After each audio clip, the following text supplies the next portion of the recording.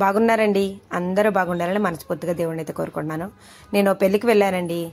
ఆ పెళ్ళి ఇక్కడ కాదు, మన రాజమండ్రిలో కాదండి. నేను ఫస్ట్ టైం వెళ్ళిన పెళ్లి మాట ఇది. అంటే ఎండాకాలంలో చాలా పెళ్ళిళ్ళకి వెళ్ళాను, చాలా మ్యారేజెస్కి వెళ్ళాను, కానీ దూరం ఊర్లో అయితే వెళ్ళలేదండి. ఇది విజయనగరం వెళ్ళానటండి. విజయనగరం దగ్గర అమ్మటి వలస మాట అండి, అమ్మటి వలస.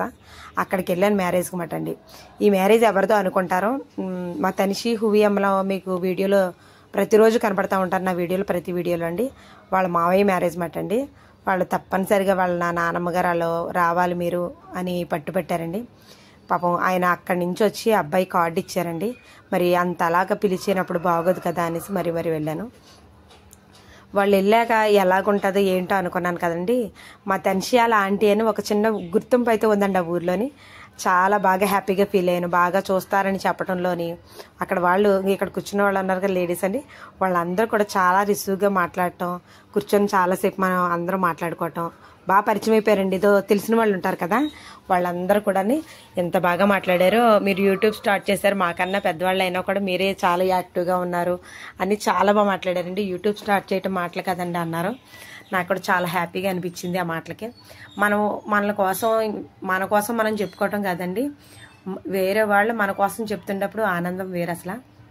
ఇంకైతే ఇక్కడ రిసెప్షన్ జరుగుతుందండి, నైట్కి మ్యారేజ్. ఈ రిసెప్షన్ దగ్గర వాళ్ళ ఫ్రెండ్స్, బంధువులు, చుట్టాలు అందరూ కూడా వచ్చారు.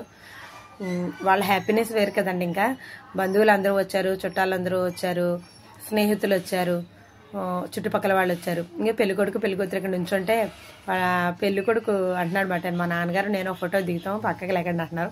పెళ్ళికూతురు అలా చూసి నవ్వుతుంది మాట అండి. చాలా హ్యాపీగా అనిపించింది నాకు. ఆ బాండింగే వేరండి, తండ్రి కొడుకుల బాండింగ్ అంటే ఇంకా తిరిగిలేంది. అంత హ్యాపీగా ఉంది. ఇక్కడేమో అందరూ కలిపి ఆడబడుచులు అందరూ కలిపి ఒక ఫోటో దిగారండి పెళ్ళికొడుకు పెళ్ళికూతురుతోటి.